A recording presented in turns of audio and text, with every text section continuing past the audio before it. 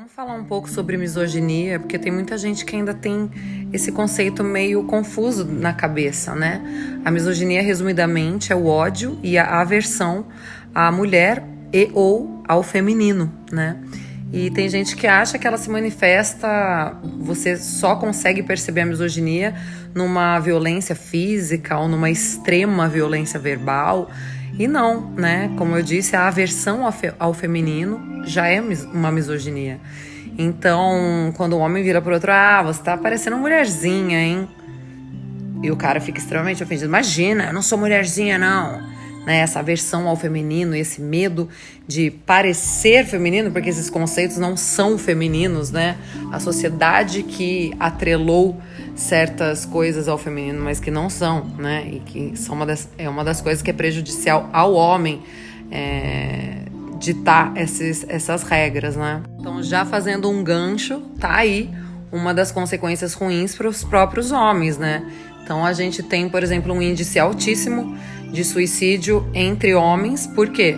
Porque o homem é educado para não chorar, para não ser sensível, para não falar sobre os sentimentos, para não sentir demasiadamente. E isso é sufocante, né? Isso adoece física e psicológica e emocionalmente. Então, a gente atrela isso a esse índice alto, né? De sofrimento masculino que leva muitas vezes a praticar o suicídio e tantas outras coisas decorrentes disso, né? Agora, voltando para formas de manifestação de misoginia, né, bem banalizadas dentro da sociedade, e uma das mais pesadas formas de misoginia é a objetificação, né, a sexualização de mulheres, de corpos femininos, né? Afinal, você quer ódio maior do que você desumanizar alguém, né? Então, a partir do momento que você está objetificando a mulher, transformando ela né? Não dá pra falar certas palavras, que senão meu vídeo vai ser banido, né? Num objeto sexual, numa bunda, Você está desumanizando, você está tirando o sentimento, as vontades, os desejos, tudo. Você está objetificando. E essa é uma das formas mais banalizadas e mais descaradas de misoginia. E o que a gente tem visto muito no cenário atual é muita mulher criando essa conscientização, mesmo porque todas nós sofremos com isso, né? Ontem mesmo, na minha sessão de terapia, a gente relembrou, ela me fez relembrar muitas coisas e atrelamos muitas das sequelas emocionais e psicológicas que eu tenho hoje ao fato de eu ter sido muito adultizada e sexualizada desde criança, né? E eu nunca tinha feito essa ligação. Então, como nós passamos por isso e sofremos com isso desde crianças, a gente sente maior essa urgência, né, de mudar o mundo, de melhorar.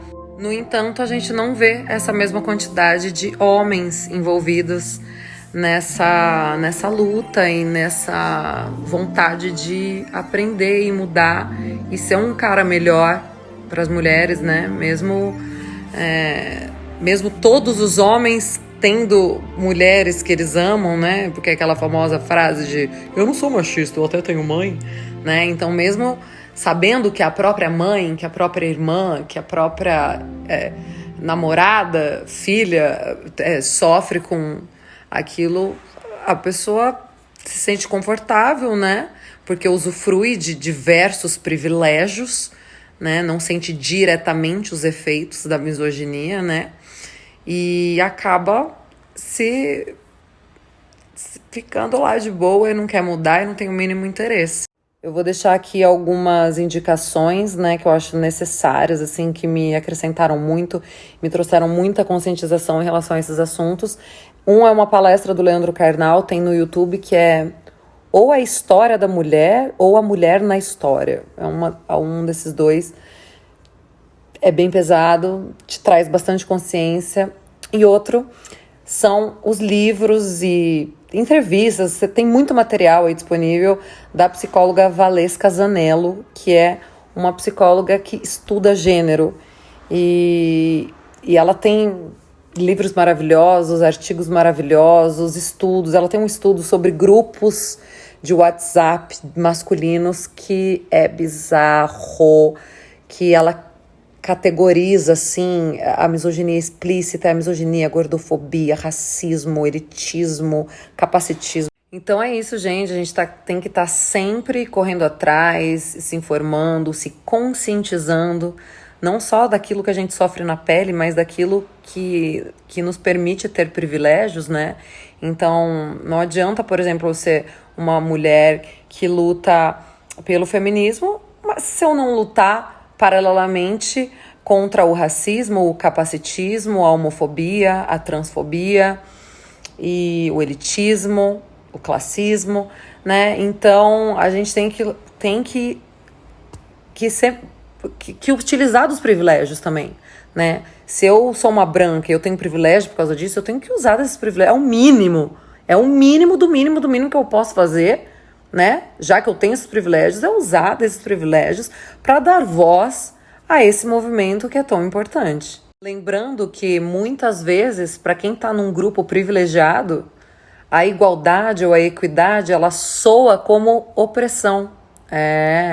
Por isso que a gente vê tanto homem incomodado com o movimento feminista, a gente vê tanto branco incomodado com o movimento antirracista e assim por diante, né? Porque quando o grupo privilegiado, né, o grupo opressor, vê o grupo oprimido chegando lá, né, tentando chegar lá e muitas vezes conseguindo, onde esse grupo privilegiado sempre teve um acesso fácil, opa, o que está acontecendo aqui? Por que não está mais tão fácil para mim? Por que eu não estou mais podendo pular por cima dessas pessoas? E essas pessoas se sentem oprimidas, mas não é opressão.